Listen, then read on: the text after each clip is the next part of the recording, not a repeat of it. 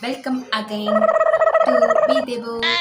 Actually இதுக்கு முன்னாடி ஒரு வீடியோ நான் போட்டிருந்தேன். ஸோ அந்த வீடியோ பார்க்கலன்னா இங்கே வாங்க. ஏன்னா அந்த வீடியோ பார்த்தா தான் இந்த வீடியோ உங்களுக்கு புரியும். இல்லாட்டி நான் வாட்டுக்கு ஏதோ புலம்பிட்டு இருக்கேன் அப்படின்ற மாதிரி உங்களுக்கு தோணும். இந்த வீடியோட கண்டினியூஷன் தான் இந்த வீடியோ. நம்ம வந்து ஹேர் கண்டிஷனிங் பற்றி பேசிக்கணும். ஸோ இந்த வீடியோவில் எதை பற்றி பேச போகிறோம் அப்படின்னா, ஹேர் கண்டிஷனரில் நம்ம எப்படி கண்டிஷனர் வந்து சூஸ் பண்ணணும், அதுக்கப்புறம் வந்து டீப் கண்டிஷனர்னா என்ன, அதை பற்றின ஸ்டெப்ஸ் என்ன அப்படின்றத உங்களோட இந்த வீடியோவில் அதோட கண்டினியூஷன் பார்ட்டாக இதை நான் வந்து ஷேர் பண்ண போகிறேன். ஸோ இப்போ நம்ம வீடியோக்குள்ளே போகலாம். அதுக்கு முன்னாடி என்னோட சேனல் இது வரைக்கும் சப்ஸ்கிரைப் பண்ணலாம். சப்ஸ்கிரைப் பண்ணிட்டு பாருங்கள். அப்போ தான் வந்து நான் போடுற வீடியோஸ் எல்லாமே வந்து உங்களுக்கு நோட்டிஃபிகேஷன் வரும். பெல் ஐக்கானையும் கிளிக் பண்ணிடுங்க. வீடியோ பிடிச்சிருந்துச்சுன்னா லைக் பண்ணி கமெண்ட் பண்ணி ஷேர் பண்ணுங்கள். எப்படி வந்து கண்டிஷனர் வாங்கணும், எப்படி நம்ம சூஸ் பண்ணணும்னு நான் சொல்லியிருந்தேன்.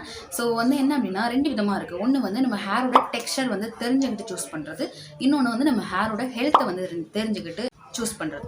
ஹேர் டெக்ஸ்சர் அப்படின்றது என்ன அப்படின்னா, மொத்தமாக நம்ம ஹேர் டைப்னு பார்த்தோம்னா ஒரு 4-5 விதம் இருக்குது. என்ன அப்படின்னா, ஒன்று கேர்லி, இன்னொன்று வந்து காய்லி. கேர்லின்றது சுட்ட முடி, காய்லின்றது அதை விட ரொம்ப வந்து சுருண்டு. காய்லிக்கும் கேர்லிக்கும் உள்ள டிஃப்ரென்ஸ் வந்து உங்களுக்கு இமேஜ் நான் ஆட் பண்ணுறேன். ஸோ வந்து கேர்லியா ஒன்று காய்லினா ரொம்ப வந்து எப்படி ரொம்ப சுருண்டு இருக்கும்.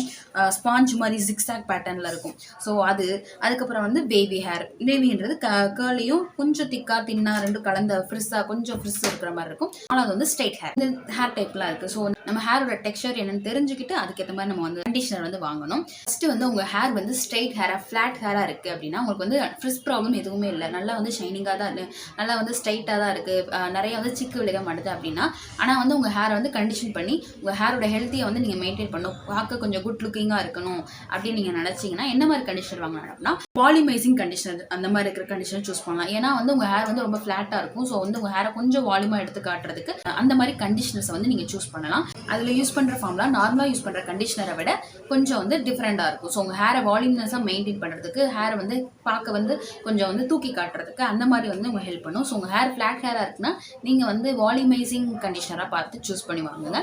ரெண்டாவது என்னென்னா, பேபி ஹேராக இருக்குது அப்படின்னா கண்டிப்பாக வந்து அதில் நிறையா வந்து ஃப்ரிஸ் விழுக ஆரம்பிக்கும். ஸோ வந்து உங்கள் ஹேரை வந்து மாய்ஸ்சர் பண்ணுற மாய்ஸ்சரைசிங் கண்டிஷனராக நீங்கள் சூஸ் பண்ணலாம். பேபி ஹேர்ன்றது சொல்ல முடியாது, அது வந்து கேர்லி ப்ளஸ் ரெண்டுக்கும் நியூட்ரலாக இருக்கிறது. ஸோ வந்து உங்கள் ஹேருக்கு வந்து நிறைய மாய்ஸ்சரைசர் தேவைப்படும், ஃப்ரிஸ் ஆகும், ட்ரை ஆகும். ஸோ அந்த மாதிரி ஹேர் இருக்கவங்க மாய்ஸ்சரைசிங் கண்டிஷனராக சூஸ் பண்ணுங்கள். அதே மாதிரி மூணாவது என்ன அப்படின்னா, கேர்லி ஹேராக இருக்கீங்கன்னா கண்டிப்பாக உங்களுக்கு வந்து டீப் மாய்ஸ்சரைசர் தேவை, டீப் ஹைட்ரேட்டிங் தேவை. ஸோ வந்து டீப் உங்கள் கண்டிஷனர்லேயே லேபிள் பண்ணியிருக்கணும், டீப் ஹைட்ரேட்டிங் அப்படின்னு சொல்லி லேபிள் பண்ணியிருக்க கண்டிஷனராக பார்த்து சூஸ் பண்ணி வாங்குங்க. ஏன்னா வந்து ரொம்ப ஃப்ரெஷ் ஆகும், அதே சமயம் ரொம்ப வந்து சிக்கு விழுகும், முடி ரொம்ப கொட்டும். ஸோ அந்த மாதிரி இருக்கவங்களுக்கு ரொம்ப ஹைட்ரேஷன் தேவை. அதே மாதிரி லீவ்-இன் கண்டிஷன் சொல்லி ஒரு கண்டிஷன் சொல்லுவாங்க. லீவ்-இன் கண்டிஷன்றது நம்ம ஹேரில் அப்படியே கண்டிஷனர் நம்ம இது பண்ணி வாஷ் பண்ணாமல் அப்படியே விட்டுருவோம். அந்த மாதிரி கண்டிஷனர்ஸும் நம்ம கேர்லி ஹேராக இருக்கிறவங்க வந்து சூஸ் பண்ணலாம். ஸோ இந்த மாதிரி கண்டிஷன் உங்கள் ஹேர் டெக்ஸ்சருக்கு ஏற்ற மாதிரி நீங்கள் கண்டிஷன் பார்த்து வாங்குங்க. ரெண்டாவது என்ன அப்படி சொல்லிங்கன்னா, ஹேரோட ஹெல்த். சிலருக்கு வந்து ஹேர் பார்க்க நல்லா இருக்கும், ஆனால் வந்து சிக்கு விழுக்கும். சிலருக்கு ஹேர் வந்து சத்தே இல்லாத மாதிரி இருக்கும், ஆனால் நீளமாக இருக்கும். இந்த மாதிரி வந்து நிறைய விஷயம் இருக்குது. சில பேருக்கு உங்கள் ஹேரில் ப்ரோட்டீன் சத்து இல்லாமல் இருக்கலாம், இல்லை சிலருக்கு வந்து ரொம்ப சிக்கு விழுந்துகிட்டே இருக்குது. ஒவ்வொருட ஹேரோட ஹெல்த் வந்து டிஃப்ரெண்ட் ஆகும். ஸோ அந்த ஹேரோட ஹெல்த்துக்கு ஏற்ற மாதிரி பார்த்து வாங்குறது. ஹேர் வந்து பார்க்க வால்யூமே இல்லாமல் தின்னாக இருக்குது அப்படின்னா வால்யூமைசிங் கண்டிஷனராக நீங்கள் சூஸ் பண்ணலாம். அதே மாதிரி ரொம்ப வந்து ஃப்ரிஸ் ஆகுதுன்னா டீப் கண்டிஷனரிங் இருக்கிற மாதிரி சூஸ் பண்ணலாம். உங்கள் ஹேர் வந்து ரொம்ப ட்ரை ஆகிற ஃபீல் இருக்குன்னா மாய்ஸ்சரைசிங், உங்கள் ஹேரை வந்து நல்லா ஸ்மூத்தாக மெயின்டைன் பண்ணுற மாய்ஸ்சரைசிங் கண்டிஷனர் சூஸ் பண்ணலாம். இது இல்லாமல் உங்கள் ஹேர் ரொம்ப பார்க்க மாறி இருக்குது அப்படின்னா நீங்கள் வந்து ப்ரோட்டீன் கண்டிஷனர் யூஸ் பண்ணலாம். ப்ரோட்டீன் கண்டிஷன்றது எல்லாரும் யூஸ் பண்ணணும்னு தேவையில்லை.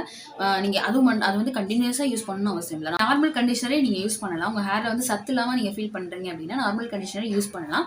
பட் அது கூட சேர்த்து எப்பயாவது வந்து நீங்கள் ப்ரோட்டீன் கண்டிஷனரே அப்பப்போ வந்து இன் பிட்வீன் வந்து நீங்கள் யூஸ் பண்ணலாம். ஸோ உங்கள் ஹேர் வந்து ஹெல்த்தியாக வந்து மெயின்டைன் ஆகும். அது போக என்ன கண்டிஷன் இருக்குன்னா, க்ரீமி கண்டிஷனர் சொல்லி இருக்குது. அது என்ன அப்படின்னா, நம்ம ஹேர் வந்து ஜஸ்ட் டீடாங்கிள் பண்ணுறதுக்காகவே யூஸ் பண்ணுற கண்டிஷனர். அந்த மாதிரி கண்டிஷனர்ஸ் வாங்கலாம். லீவ்-இன் கண்டிஷனர் நான் சொன்னது தான். லீவ்-இன் கண்டிஷனர் யாருக்கு தேவைப்படும்னா, கேர்லி ஹேருக்கு தேவைப்படும். ஏன்னா ரொம்ப வந்து நம்ம ஹேரை வந்து மாய்ஸ்சரைசர் மெயின்டைன் பண்ணுறதுக்கு அப்படியே விட்டுறதுக்கு நம்ம லீவ்-இன் கண்டிஷனர் வந்து யூஸ் பண்ணுவாங்க. ஏன்னா ரொம்ப வந்து மாய்ஸ்சரைசரை வந்து அப்படியே ரீட்டைன் பண்ணணும் அப்படின்றதுக்காக நம்ம வந்து லீவ்-இன் கண்டிஷனர் யூஸ் பண்ணலாம். இன்னும் வந்து உங்கள் ஹேர் டெக்ஸ்சரை பார்த்து வாங்குறது, இன்னொன்று வந்து உங்கள் ஹேரோட ஹெல்த்தை வந்து பார்த்துட்டு அதுக்கேற்ற மாதிரி நம்ம கண்டிஷனர் யூஸ் பண்ணுறது. ஸோ இதுதான் வந்து இப்படி தான் வந்து பார்த்து வாங்கணும். எது பெஸ்ட்டு அப்படின்னு சொல்லி உங்களுக்கு தேவை கண்டிஷனர் நேம்ஸ் வந்து உங்களுக்கு தெரியணும் அப்படின்னா கமெண்ட் பண்ணுங்கள். நம்ம ஒவ்வொரு ஹேர் டைப்க்கு ஏற்ற மாதிரி கண்டிஷன்ஸ் வந்து நம்ம அடுத்த வீடியோவில் போடலாம். ஸோ அடுத்து என்ன அப்படின்னா, டீப் கண்டிஷன் சொல்லுது. டீப் கண்டிஷன் யாருக்கு தேவைப்படும் அப்படின்னா, காய்லி ஹேருக்கும் கேர்லி ஹேராக இருக்கவங்களுக்கும் வந்து தேவைப்படும். ஆனால் டீப் கண்டிஷன் வந்து ரொம்ப பண்ணணும் அவசியம் இல்லை. நீங்கள் வந்து 2 வாரத்துக்கு ஒரு தடவை, இல்லை 1 மந்த்துக்கு ஒரு 2 டைம்ஸ் அந்த மாதிரி வந்து நீங்கள் வந்து கொஞ்சம் வந்து நார்மல் கண்டிஷனிங் கூட சேர்த்து அப்பப்போ நீங்கள் என்ன பண்ணால் டீப் கண்டிஷன் பண்ணலாம். தான்.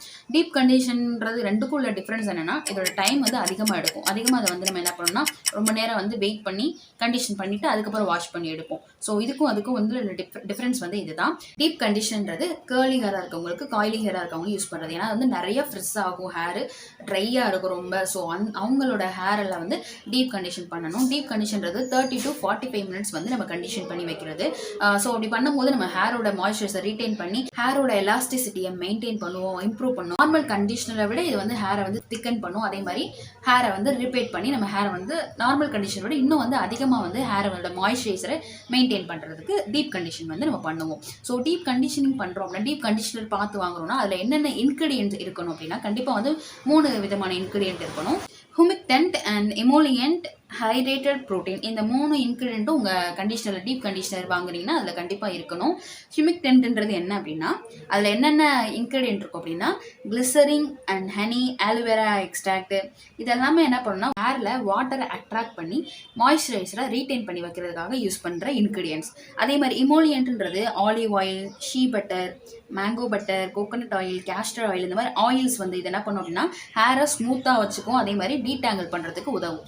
அதே மாதிரி 3வது என்னன்னா ஹைட்ரேட்டட் ப்ரோட்டீன். இது வந்து ஹேர் பிரேக்கேஜ் ஆகாமல் இருக்கணும். ஒன்று வந்து ஹேரோட மாய்ஸ்சரைசர் ரீட்டைன் பண்ணும், இன்னொன்று வந்து ஹேரை டீடாங்கிள் பண்ணுறதுக்கு உதவும், இன்னொன்று ஹேர் பிரேக்கேஜ் ஆகாமல் தடுக்கும். ஸோ இந்த 3 இன்க்ரீடியன்ட் கலந்த டீப் கண்டிஷனராக இருக்கான்னு சொல்லி பார்த்து நீங்கள் வாங்கணும். இந்த டீப் கண்டிஷனிங்கோட ஸ்டெப்ஸ் என்னன்னு சொல்ல போகிறேன். ஸோ நீங்கள் எப்பயும் போல் ஷாம்பு பண்ணி உங்கள் ஹேரை வந்து வாஷ் பண்ணி எடுத்ததுக்கப்புறம் டீப் கண்டிஷனர் எடுத்து நல்லா வந்து உங்கள் ஹேரோட லென்த்தில் வந்து அப்ளை பண்ணிவிட்டு, டீடாங்கிள் கோம் இருக்கும்ல, உடன் கோம் யூஸ் பண்ணுவாங்க, சிலர் பிளாஸ்டிக் கோம் யூஸ் பண்ணுவாங்க. எந்த கோம் நல்லா ஒரு பெரிய பல்லு இருக்க சீப்பாக எடுத்து நல்லா வந்து டீடாங்கிள் பண்ணி விட்டுருங்க. அப்ளை பண்ணிவிட்டு கண்டிஷனர் அப்ளை பண்ணிவிட்டு டீடாங்கிள் பண்ணி விட்டுருங்க.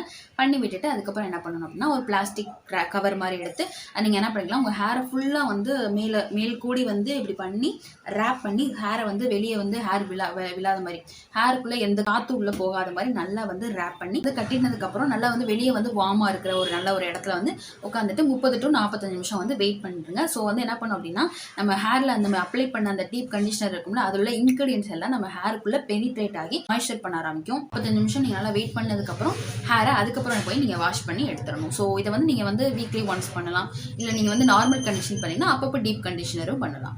ஸோ இந்த மாதிரி பண்ணிட்டு வந்தீங்கன்னா கேர்லி ஹேர் இருக்கவங்களுக்கு, காய்லி ஹேர் இருக்கவங்களோட ஹேர் வந்து நல்லாவே வந்து நார்மல் கண்டிஷனிங் பண்ணுறதை விட இன்னும் அதிகமாக வந்து மாய்ஸ்சரைசர் ரிட்டைன் பண்ணும். இது வந்து 1 மந்த் யூஸ் பண்ணலாம், 2 மந்த் யூஸ் பண்ணலாம் கிடையாது. நீங்கள் வந்து இது வந்து ஹேரை பராமரிக்கிற ஒரு முறை.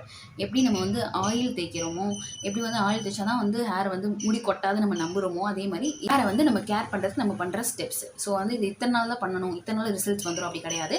நம்ம வந்து ஹேரை வந்து பராமரிக்கிற முறையில் இது ஒரு மெத்தட்.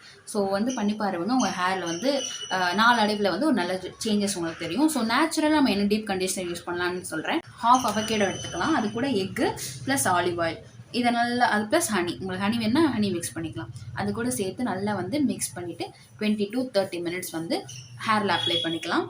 அதுக்கப்புறம் honey, she butter, coconut oil, இந்த 3 இன்க்ரீடியன்ஸ் ஒன்று அதை ட்ரை பண்ணி பாருங்கள், இல்லாட்டி இதை ட்ரை பண்ணி பாருங்கள். இதுவும் டீப் கண்டிஷன் பண்ணுறதுல வேலையை வந்து கரெக்டாக செய்யும். ஸோ இந்த 2 கண்டிஷனரும் நீங்கள் யூஸ் பண்ணி பாருங்கள். உங்களால் கண்டிஷனர் வாங்க முன்னாடி நேச்சுரல் கண்டிஷனரை ட்ரை பண்ணி பார்த்து அது எப்படி இருக்குன்னு கமெண்ட்டில் சொல்லுங்கள். இதெல்லாம் தான் நான் கண்டிஷனை பற்றி உங்க கூட ஷேர் பண்ணிக்கலாம்னு நினச்சது. மேபி உங்களுக்கு ஏதாவது கண்டிஷன் பற்றி டவுட் இருக்குது அப்படின்னா நீங்கள் கமெண்ட்டில் சொல்லுங்கள். ஸோ இந்த வீடியோ உங்களுக்கு யூஸ்ஃபுல்லாக இருந்திருக்கும்னு நினைக்கிறேன். உங்களுக்கு பிடிச்சிருந்துச்சு லைக் பண்ணி ஷேர் பண்ணி சப்ஸ்கிரைப் பண்ணுங்கள். அடுத்த வீடியோவில் மீட் பண்ணுறேன். பாய்.